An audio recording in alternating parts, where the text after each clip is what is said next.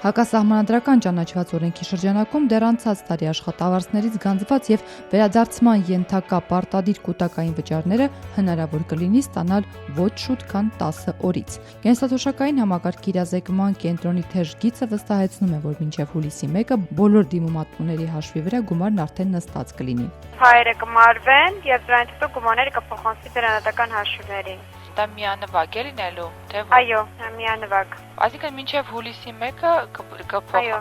Կենտրոնական դեպոզիտարիան 3 տեղեկատվություն տարածեց այն մասին, որ սկսել է իրականացնել անցած տարվա հունվարից հունիս ամիսների համար մասնակիցների կողմից կատարված վճարների հաշվին ձեռք բերված պարտադիր կենսաթոշակային ֆոնդի փայերի մարման գործընթացը։ Սա նշանակում է, որ դեռ մարվում է ֆոնդերի փայերի գումարը։ Մասնագիտությամբ հաշվապահ Շողեր Բաբայանի հետ փորձեցինք այս տեղեկությունը ստուգել հենց բանկամատներում։ Հաշվեհամարի տերը կարող է սեփական քարտի տվյալներով կենսաթոշակային քաղվածք հանել եւ հետեւել այդ գործընթացին։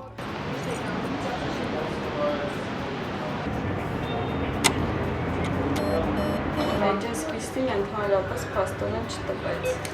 Չտվեց HSBC-ին։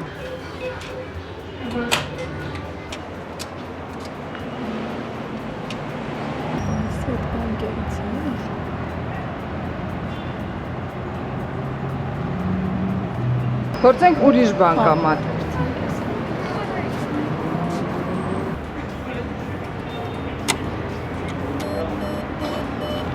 Չորս տարբեր բանկերի բանկամատներն էլ տվեցին նույն պատասխանը։ Գործարքը հնարավոր չէ շարունակել, այսինքն հնարավոր չէ ստուգել։ Արդյոք սկսվել է ֆոնդերի փայերի մարման գործընթացը։ Նախկինում բանկոմատներով կարողանում էի քաղվածք հանել եւ տեսնել տվյալ պահին, ենթադրենք իմ կենսաթոշակայինի փայերի կուտակումը, այնտեղ տոկոսները եւ այլ, այսօր ոչ մի ձև դա չհաջողվեց ոչ մի բանկոմատում, ու բացի դրանից ես 3 օր է արդեն շարունակ փորձում եմ իմ հաշիվը կայքով օնլայն տեսնել իմ հաշիվը, դա ոչ մի ձև չի հաջողում, փակ է ընդհանրապես այդ կայքը, թեժգից եմ զանգել, իրենք մեկնաբանեցին, որ տեխնիկական խաթարում է կամ չգիտեմ։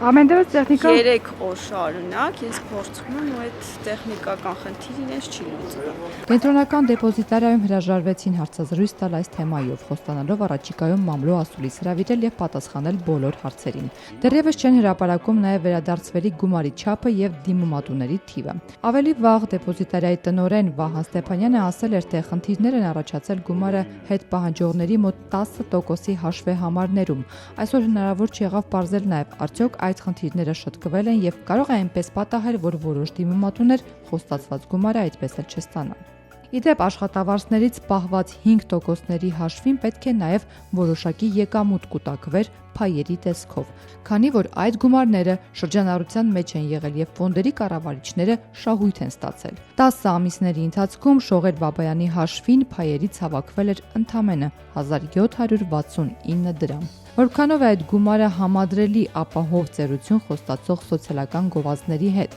արդյոք թոշակառուները կկարողանան կուտակած գումարով դահուկ անվաչմուշ կամ մոտոցիկլ վարել։ Այդպես ամեն տարի կկուտակեմ ու հուսով եմ ապահով ծերություն կունենամ։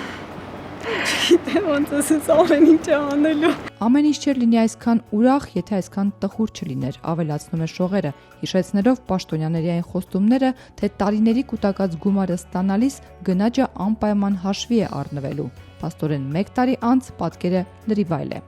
Մենակ տեսնում ենք օգոստոսին անցած տարվա էլեկտրաէներգիայի աճը հենց